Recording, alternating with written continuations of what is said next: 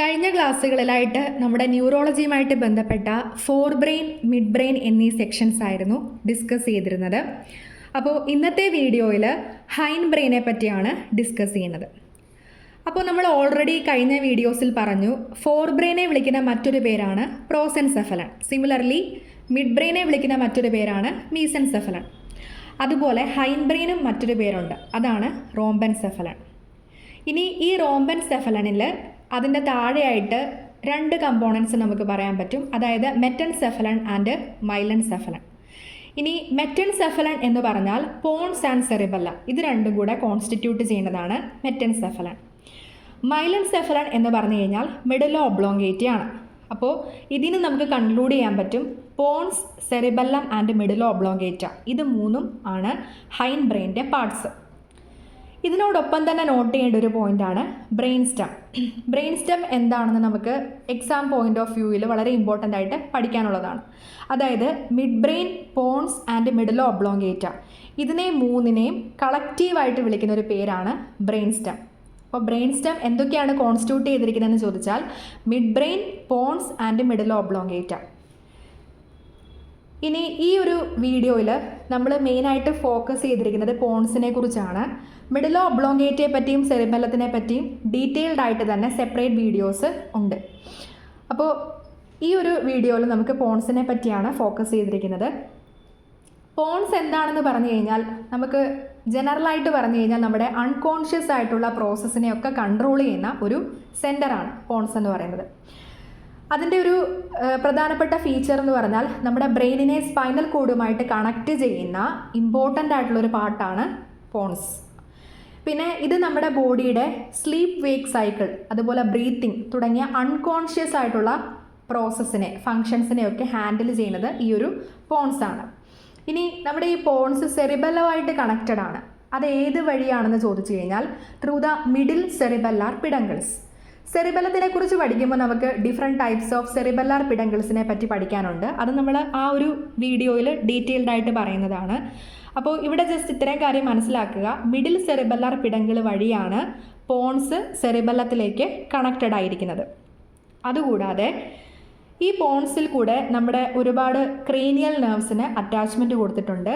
അതായത് Ponce attachment കൊടുക്കുന്നത് 6th, 7th and 8th cranial നെർവ്സിനാണ്. ഇനി 6th ക്രേനിയൽ നെർവ് ഏതാണെന്ന് നമുക്കറിയാവുന്നതാണ്, അതായത് അബ്ഡ്യൂസൻസ് നെർവ്.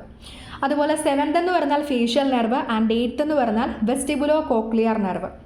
ഇത് കൂടാതെ ട്രൈജെമിനൽ നെർവിനും അറ്റാച്ച്മെൻറ്റ് കൊടുക്കുന്നുണ്ട്. അതും നമുക്കിവിടെ പോയിന്റ് പഠിക്കാനുണ്ട്.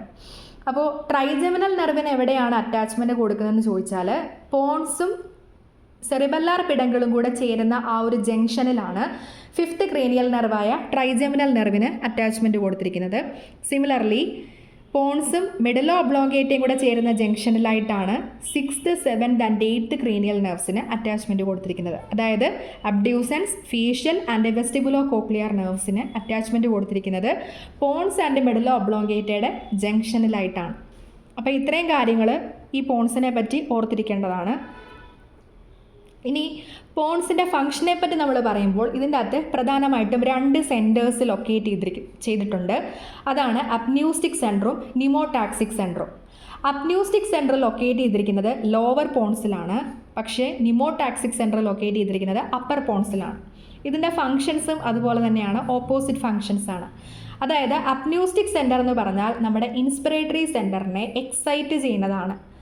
അപ്പോൾ നമ്മൾ കമ്പയർ ചെയ്ത് പഠിക്കുമ്പോൾ മനസ്സിലാക്കാവുന്നൊരു പോയിൻ്റാണ് നിമോടാക്സിക് സെൻറ്റർ എന്ന് പറഞ്ഞാൽ ഇൻസ്പിറേറ്ററി സെൻറ്ററിനെ ഇൻഹിബിറ്റ് ചെയ്യുന്ന ഒരു സെൻറ്ററാണ്.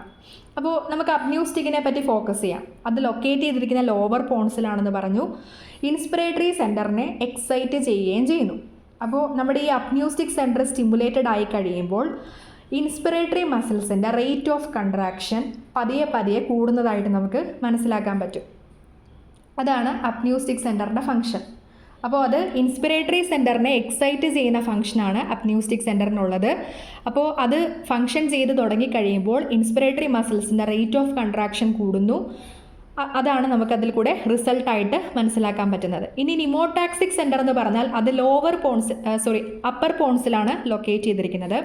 അതിൻ്റെ ഫംഗ്ഷൻ എന്ന് പറഞ്ഞാൽ അത് ഇൻഹിബിറ്ററി ഇമ്പൾസസിനെയാണ് സെൻഡ് ചെയ്യുന്നത്. ഇൻസ്പിറേറ്ററി സെൻറ്ററിലേക്ക് ഇൻഹിബിറ്ററി ഇമ്പൾസസിനെയാണ് സെൻഡ് ചെയ്യുന്നത്. അതുവഴി എന്താണ് സംഭവിക്കുന്നത്? നമ്മുടെ rate of contraction of inspiratory muscles കുറയുന്നു. അതുവഴി ഇൻസ്പിറേറ്ററി വോളിയവും റെസ്പിറേറ്ററി റേറ്റും ഒക്കെ ഗ്രാജുവലായിട്ട് കുറയുന്നു. അതാണ് നിമോടാക്സിക് സെൻറ്ററിൻ്റെ ഫംഗ്ഷൻ. അത് ലൊക്കേറ്റ് ചെയ്തിരിക്കുന്നത് അപ്പർ പോൺസിലാണെന്ന് ഓർക്കണം. അപ്ന്യൂസ്റ്റിക് സെൻറ്റർ ലൊക്കേറ്റ് ചെയ്തിരിക്കുന്നത് ലോവർ പോൺസിലാണ്. ഇനി മെഡുല ഒബ്ലോങ്കേറ്റയെ പറ്റി ജസ്റ്റ് ഒരു ഇൻട്രൊഡക്ഷൻ പോലെ ഈ ഒരു വീഡിയോയിൽ പറയുന്നുണ്ട്. അതായത് നമ്മൾ ഓൾറെഡി പറഞ്ഞു ബ്രെയിൻ സ്റ്റെമ്മിൻ്റെ പാർട്ടാണ് മെഡുല ഒബ്ലോങ്കേറ്റ. ബ്രെയിൻ സ്റ്റെമ്മിൻ്റെ ലോവസ്റ്റ് പാർട്ടാണ് മെഡുല ഒബ്ലോങ്കേറ്റ. അപ്പോൾ ഈ മെഡുല ഒബ്ലോങ്കേറ്റ അതിനെപ്പറ്റി പഠിക്കുമ്പോൾ മെഡുല ഒബ്ലോങ്കേറ്റയാണ് സ്പൈനൽ കോഡായിട്ട് കണ്ടിന്യൂ ചെയ്യുന്നത്. അത് ഏത് ലെവലിലാണെന്നുള്ളത് ആ ഒരു അനാട്ടമിക്കൽ പൊസിഷൻ ഇമ്പോർട്ടൻ്റ് ആണ്. അതായത് ഫസ്റ്റ് സെർവൈക്കൽ വേർട്ടിബ്രയുടെ ലെവലിലായിട്ടാണ് അത് സ്പൈനൽ കോഡായിട്ട് കണ്ടിന്യൂ ചെയ്യുന്നത്. അത് പാസ് ചെയ്യുന്നത് ഫൊറാമൻ മാഗ്നം എന്ന ഓപ്പണിങ്ങിൽ കൂടെയാണ്. ഈ ഒരു മെഡുല ഒബ്ലോങ്കേറ്റ സ്പൈനൽ കോഡായിട്ട് കണ്ടിന്യൂ ചെയ്യുന്നത് ഫൊറാമൻ മാഗ്നത്തിൽ കൂടെയാണ്. ഏത് ലെവലാണെന്ന് ചോദിച്ചു കഴിഞ്ഞാൽ upper border of C1 vertebra. ഇനി അടുത്തത് പറഞ്ഞേക്കുന്നത് മെഡുല സെറിബെല്ലോ ആയിട്ട് കണക്ട് ചെയ്തിരിക്കുന്നത് ഇൻഫീരിയർ സെറിബെല്ലാർ പിടങ്കിൾ വഴിയാണ്. അപ്പോൾ നേരത്തെ നമ്മളൊരു മിഡിൽ സെറിബെല്ലാർ പിടങ്കിളിൻ്റെ കാര്യം ഓൾറെഡി പറഞ്ഞായിരുന്നു.